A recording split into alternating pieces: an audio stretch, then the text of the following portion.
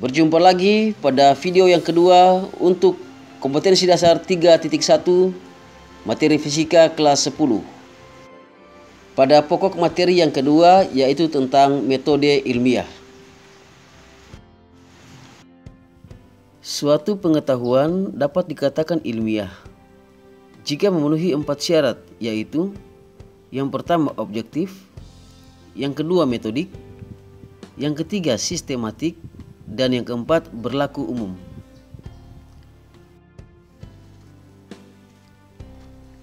Kita lihat yang pertama yaitu objektif.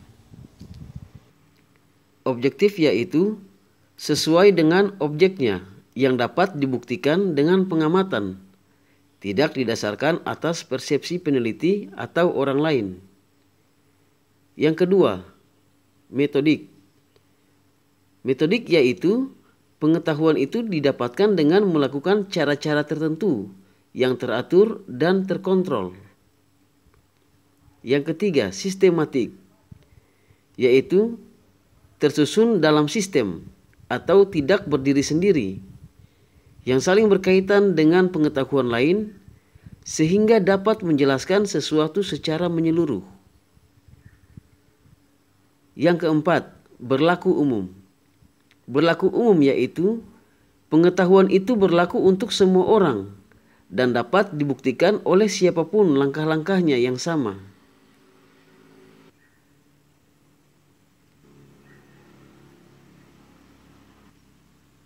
Dalam pengamatan terhadap gejala alam, diperlukan sebuah penelitian. Penelitian dalam ilmu sains harus menerapkan metode ilmiah.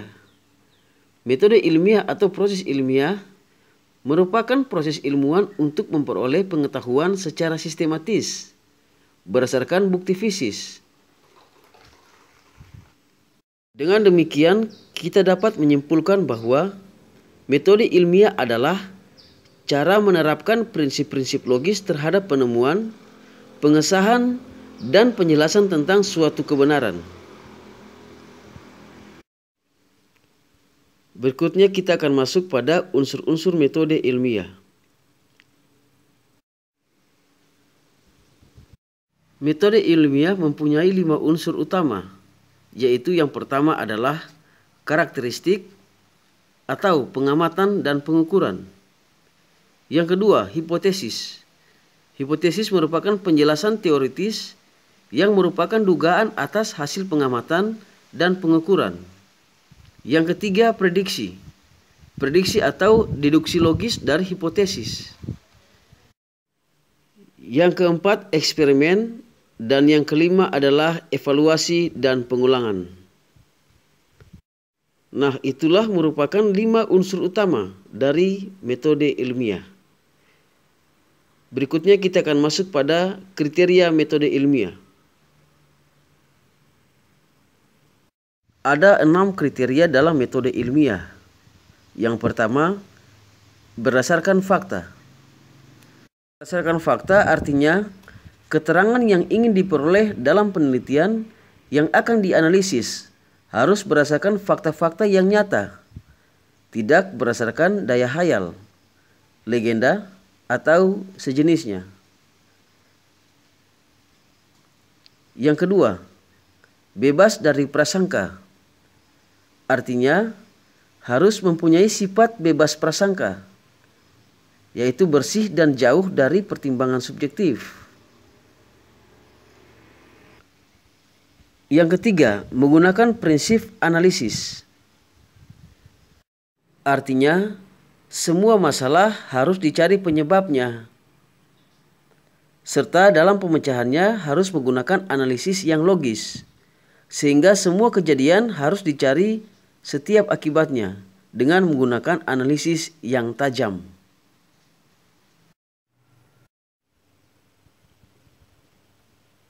Yang keempat yaitu perumusan masalah, antara lain dengan menyusun hipotesis. Hipotesis digunakan untuk memandu jalan pikiran ke arah tujuan yang ingin dicapai, sehingga hasil yang ingin diperoleh akan mengenai sasaran yang tepat. Yang kelima, menggunakan ukuran objektif. Artinya, ukuran yang digunakan tidak boleh dengan mengandalkan perasaan atau menurut hati nurani. Segala pertimbangan-pertimbangan harus dibuat secara objektif dengan pikiran yang waras. Yang keenam yaitu menggunakan teknik kuantitatif dan atau kualitatif. Untuk kuantitatif sendiri yaitu data yang disajikan dengan analisis inferensial. Sedangkan untuk kualitatif yaitu data yang dihasilkan dengan menggunakan analisis deskriptif. Selanjutnya kita akan masuk pada konsep karakteristik metode ilmiah. Dalam metode ilmiah terdapat 5 karakteristik utama, yaitu yang pertama, bersifat kritis dan analitis. Artinya, metode ilmiah menunjukkan adanya proses yang tepat untuk mengidentifikasi masalah dan menentukan metode untuk memecahkan masalah tersebut. Yang kedua, bersifat logis. Artinya, dapat memberikan argumentasi ilmiah, kesimpulan yang dibuat secara rasional berdasarkan bukti-bukti yang tersedia. Yang ketiga, bersifat objektif. Bersifat objektif artinya dapat dicontoh oleh ilmuwan lain dalam studi yang sama dengan kondisi yang sama pula. Dan yang keempat, bersifat empiris. Artinya, metode yang dipakai didasarkan pada fakta di lapangan. Dan yang kelima, bersifat konseptual. Artinya, proses penelitian dijalankan dengan pengembangan konsep dan teori agar hasilnya dapat dipertanggungjawabkan. Selanjutnya kita akan masuk pada langkah-langkah metode ilmiah.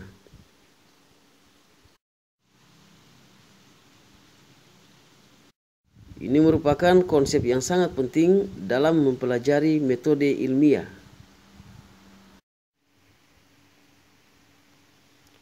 Karena metode ilmiah merupakan suatu prosedur yang harus dilakukan untuk membuat sebuah proyek ilmiah.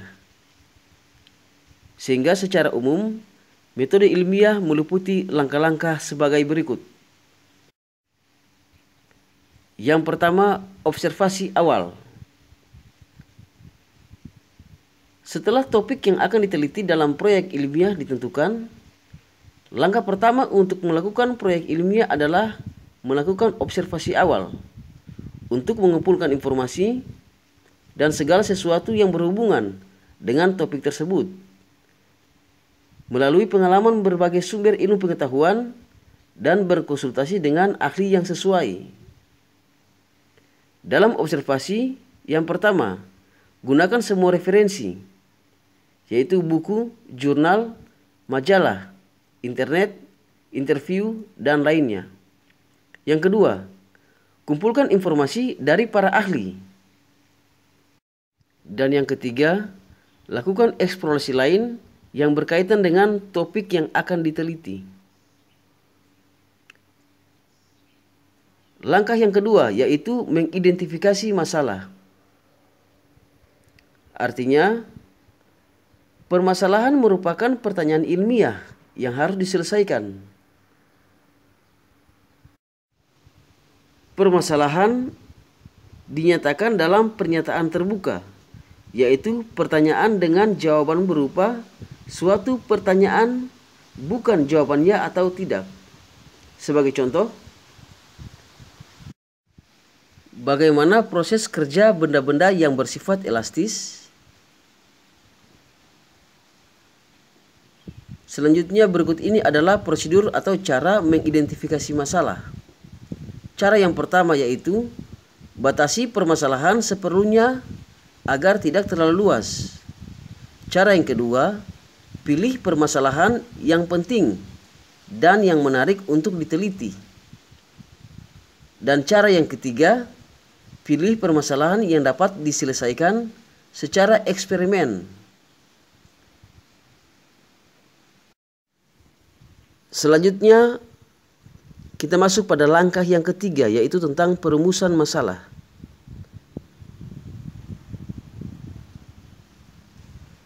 Perumusan masalah bertujuan memperjelas batasan masalah yang akan diselesaikan. Perumusan masalah dapat dituliskan dalam kalimat tanya.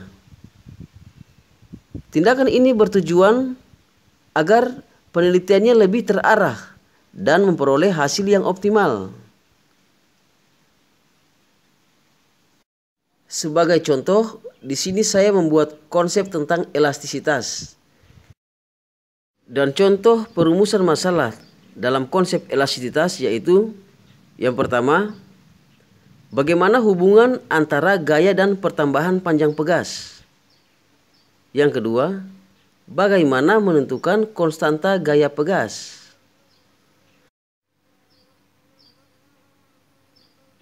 Berikutnya kita masuk pada langkah yang keempat dalam metode ilmiah, yaitu pengumpulan informasi atau dasar teori.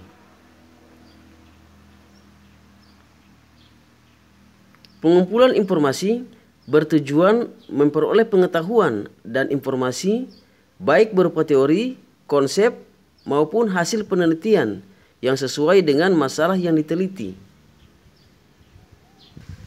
Sebagai contoh, apabila ingin melakukan eksperimen tentang elastisitas, maka semua sumber yang berkaitan dengan teori atau konsep elastisitas harus disertakan dalam dasar teori atau sebagai sumber informasi yang mendukung eksperimen tersebut.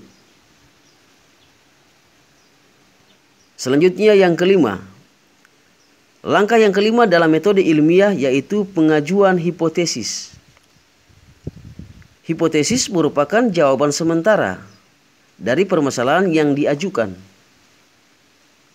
Hipotesis bersifat teoritis, sehingga perlu diuji kembali kebenarannya. Contohnya, hipotesis pada eksperimen elastisitas yaitu terdapat hubungan antara gaya dengan pertambahan panjang pegas. Oleh karena itu, untuk menjawab hipotesis yang telah dibuat, maka langkah yang selanjutnya adalah melakukan eksperimen. Ini merupakan langkah yang keenam dalam metode ilmiah. Dalam melakukan eksperimen, terdapat 4 variabel, yaitu variabel bebas, variabel terikat, variabel kontrol, dan variabel manipulasi. Variabel bebas atau variabel independen ini adalah variabel yang mempengaruhi atau menjadi sebab berubahnya variabel terikat. Contohnya dalam eksperimen elastisitas, yang menjadi variabel bebas atau variabel independen ini adalah gaya yang diberikan. Yang kedua, variabel terikat atau variabel dependen. Variabel terikat adalah variabel yang muncul karena perlakuan variabel bebas.